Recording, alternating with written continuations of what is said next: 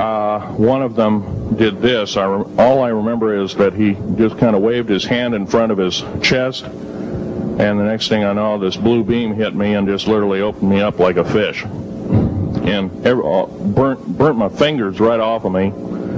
And it was some form of electrical force, because the kind of like being hit by a lightning bolt burned all my toenails off of me, completely crispy crittered my left foot, burnt the shoe right off of me.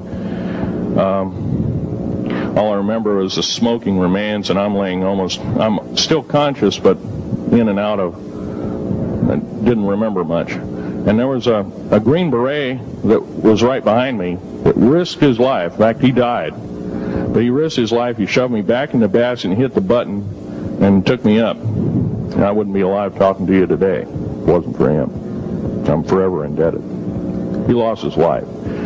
66 Secret Service agents, Green Berets, Black Berets, crack troops lost their lives because the government, our United States government, lied, did not tell us anything about the alien threat.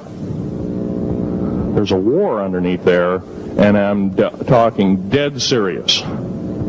It's been going on since that time. Since late August of 1979, our military, the Russian military, basically the militaries of the world, have been in constant conflict with the outer space alien.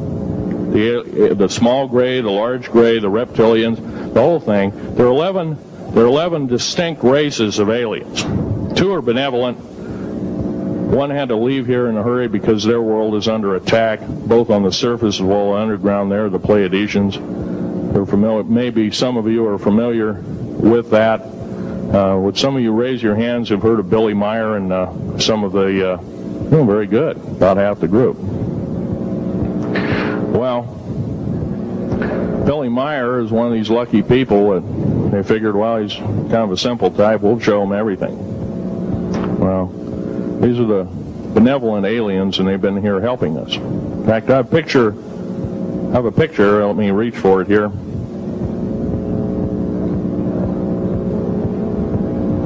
I have a picture of one of the aliens been working for the United States Pentagon for the last 58 years. His name is Val Valiant Thor.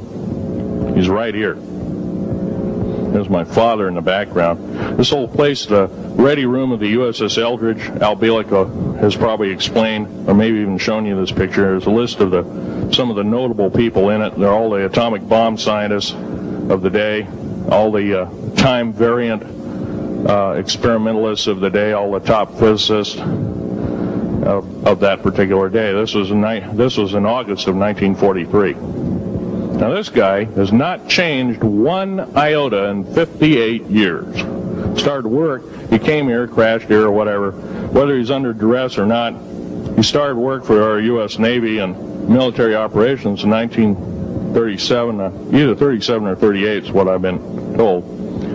So it's for 58 years, this man's been employed, probably under duress. If you don't do as we say, we're just going to use you for alien bait or something, I don't know. But anyway, he basically hasn't changed. He lives for 490 years, is what he says his lifespan is. Now, he's supposedly a semi-benevolent, he's a human-looking type person. He has 6 fingers and 6 toes, and he's got one oversized heart, one lung, giant lung. His blood vessels are bigger. He's got copper oxide for blood, similar to an octopus.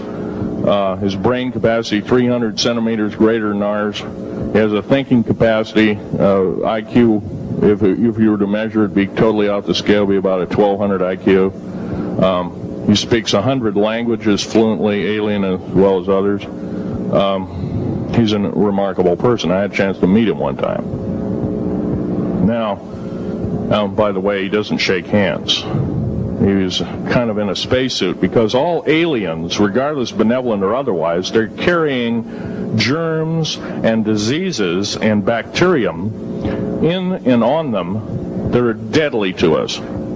If I were making policy, I'd quarantine them all because How do we not know that some of our diseases like AIDS, Ebola, hantavirus, and a few of these other weird designer diseases, as I call them, are not made from the cadavers of some of these aliens as a biological weapon to use against the people of the United States? Well, I'm tired. I'm a tired American speaking out.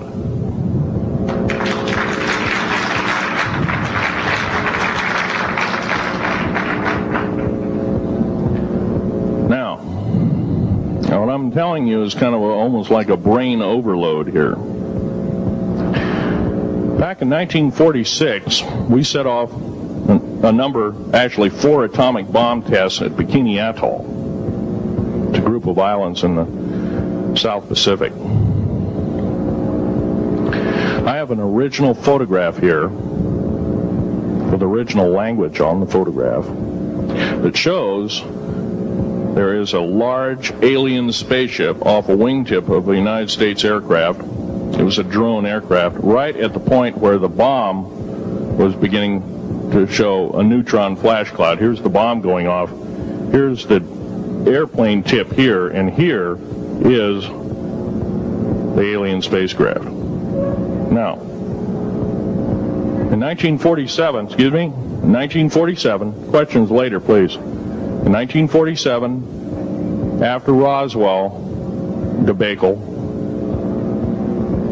our military got before the U.S. Senate. They were hauled before the U.S. Senate and says, what's going on here? Well, we didn't know anything about discs until this happened. It flopped in our backyard. Total lie. They lied to the U.S. Senate. They should have been prosecuted as traitors. Anybody lying to a United States Senator or House of Representative, any Senator or House of Representative person, President of the United States, Vice President, any cabinet member lying to the American public is a traitor and should be dealt with in an appropriate fashion. This is actual proof, positive, that this occurred in 1946. Now, U.S. military knew all about flying discs, and flying disc technology is thoroughly early as 1933. Of course, we remember the Germans did too, the Nazi Germans, Hitler and all their bunch of people.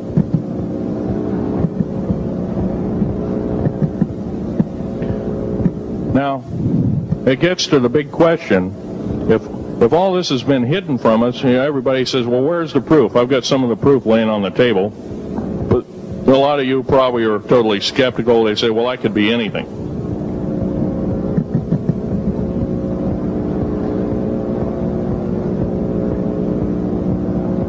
In my hand here, I have a piece of what's called corbamide. It's the heaviest element in the world. Element 140. This piece of material weighs 15 ounces. It's 3.5 times the weight of uranium. It cannot be made to emit gamma rays. It cannot be isotoped. It is totally stable. It is used in all stealth aircraft and all Phoenix-class submarines. When combined with other alien elements, it is impregnable. It cannot be melted with charged particle beam weapon. When properly combined in secretive compounds, it can withstand temperatures in excess of 10 million degrees Fahrenheit. It is grown by aliens who have given a good... The other side of the alien question is, some of these aliens have broken off from their mainstream and said, we're not getting a fair shake, and so this is what happens. And I'm talking about the alien grays. Some of them broken away. They're talk about not being popular. This particular piece of metal is an amazing piece of technology.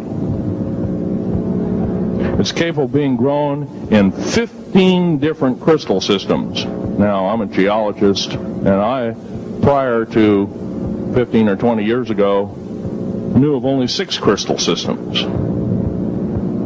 There's actually 15 if you count all the alien metals. Now, this is only element 140. If you look at the local periodic table in your local library, it says 104. Somewhere down the line, we've been lied to and we've been cheated. What we have to do is we have to literally ask for the truth. If we cannot ask for the truth, we must demand the truth. We must take it before courts of law and common law systems, and we must demand it. If we cannot do this, our founding fathers told us the only thing left is to overthrow, to get the parasites out. I don't advocate overthrow, but it does look like this may be the only alternative.